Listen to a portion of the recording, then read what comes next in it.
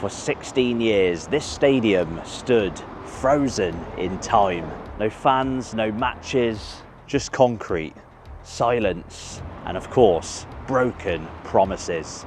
This was supposed to be one of the greatest football stadiums in Europe, a 70,000 seater cathedral fit for one of Spain's biggest clubs. Instead, it became one of football's most infamous abandoned projects. However, as you can see, against all odds, it's back from the dead. Ladies and gents, this is the story of Valencia's lost stadium.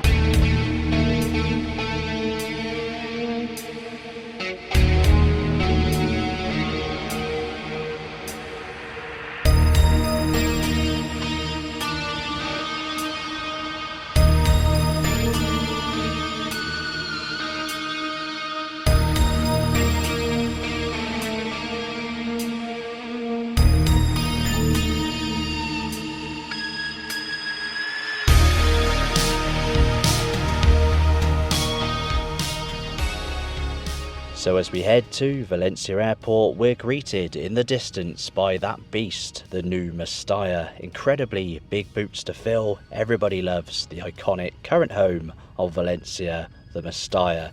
Now let's get off this plane, let's get on foot, and let's check out in person whether this new stadium will ever live up to the reputation of the current one.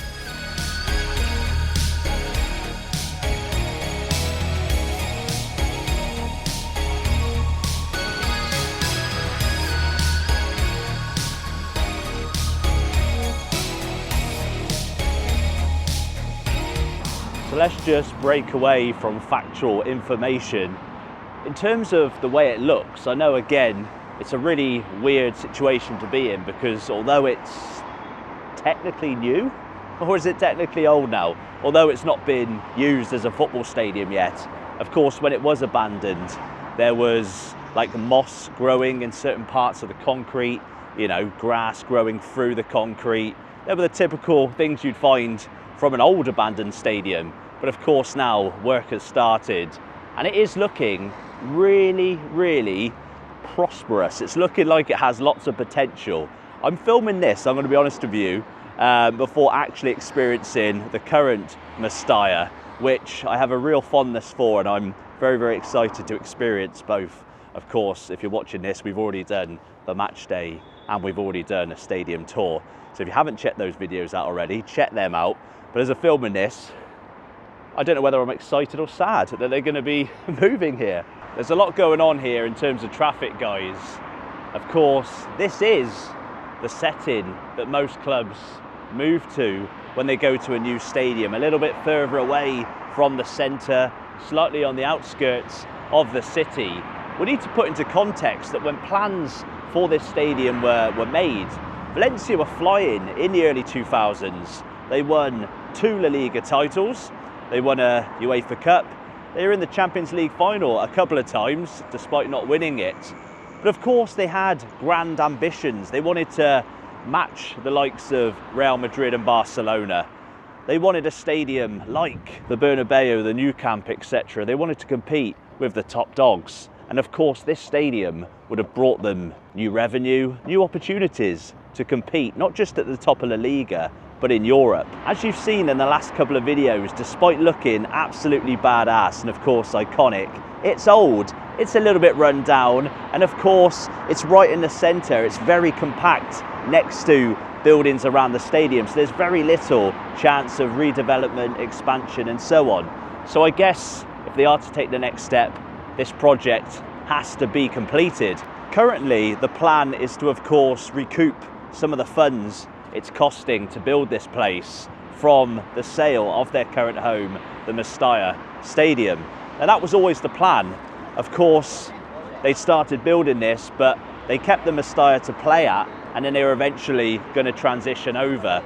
But when the recession came in the late 2000s, in 2008, not only did those financial figures become somewhat daunting, the actual value of the Mestalla would have dropped as well and wouldn't have been able to necessarily fund the completion of this ground. Of course, they found themselves in financial difficulty.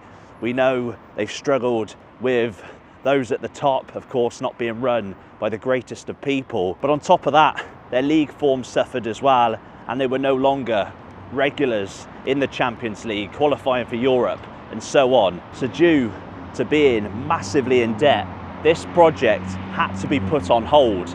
And in 2009, building work stopped completely. And of course, up until recently, it's only just started to resume.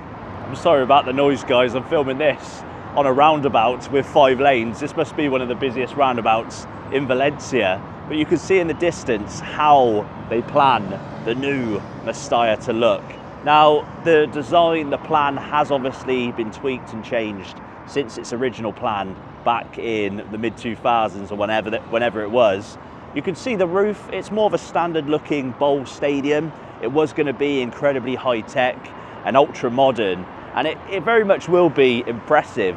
But of course, they've had to tweak a few things. They don't want to fall behind financially once again. But it does look good. It does bear some resemblance, I think, to the Bay Arena in Leverkusen, maybe a better version of Wembley. I don't want to insult it by saying the Olympic Stadium, maybe the MHP Arena in Stuttgart. Yeah, I'd say Stuttgart. That's the most similar stadium I can think of. We're not indestructible, baby, better get that straight. I think it's unbelievable how you give into the hands of fate. It's a shame I haven't got my Bochum stickers on, because we've got a Schalke sticker here, guys. I would have enjoyed placing a Bochum sticker over the top of that one. But it just shows, no, I'm only joking, Schalke fans, it shows that this place has kind of become infamous for the fact that it's lay here for so long untouched. Let's be honest, I mean, Valencia is the 3rd largest city in Spain, and it very much should have a football club competing at the top of La Liga. So I love the fact that they are thinking big. I just hope this time they actually make a go of it. So I've witnessed a few times, there's been parents walking with young children. Obviously I can't speak Spanish, so I can't fully understand what they're saying, but they've been pointing up at the stadium, and I'm sure they're Valencia fans, Valencia Club de Football fans, and they've been explaining how this is the new stadium, this is the future. And of course this was a symbol for new hope, new ambition, new goals, but instead it became a symbol of failure, a symbol of how far the club had fallen under questionable management and poor finances. So when we were the other side of the stadium, I was speaking about new stadiums being on the outskirts of the city in quieter places, but this isn't too far away from the heart of the community. As I'm going to show you right now, there's a market going on over there, really busy. There's some flats literally here looking out onto the new stadium. Loads of bars, shops and things. Stadium there. All right, this is a really bad place to start, but you have got apartments up there, and just a bit up the road where I've parked, let's go and check out the hustle and bustle around Mestalla.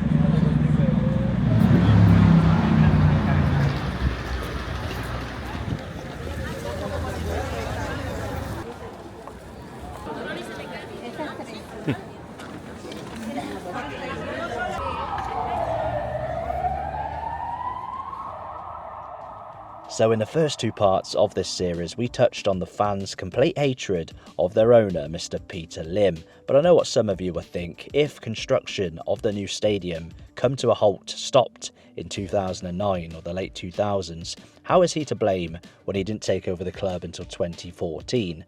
I get what you're saying, that's a fair argument, but obviously he knew what he was inheriting. He was inheriting an unfinished stadium, a club relying on future stadium revenue, a long-standing promise to the fans.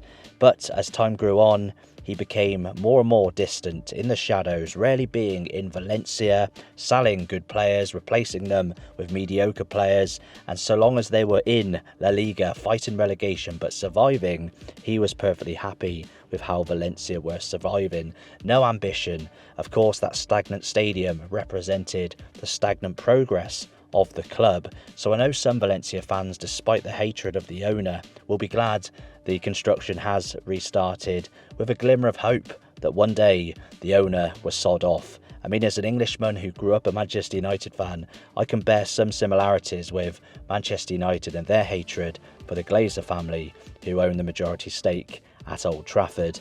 But that would be like the Glazer family starting, or should I say inheriting, a half-built new Old Trafford and then leaving it to rot. And then when the new stadium starts again is a little bit like when Sir Jim Ratcliffe bought a share of Manchester United. There was new hope, new focus, new ambition. But of course, as most Manchester United fans have felt over the last couple of years, the stagnation resumed. And hopefully for Valencia fans, the same doesn't happen. I really hope the stadium does get finished, but unfortunately, I don't think there is going to be a happy ending. Of course, they're fighting relegation this season, along with their local Valencia neighbour, Levante. It might be a bad end of the season for the city, Spain's third largest city.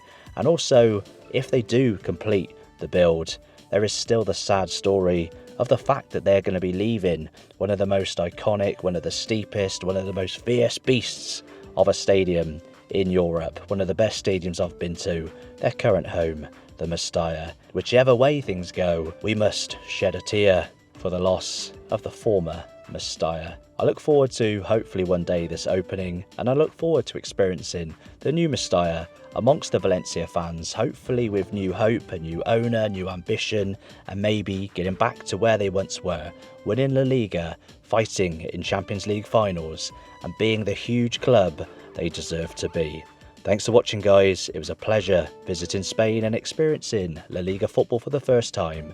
We've got another video summarising the trip and also testing out some questionable Spanish football food.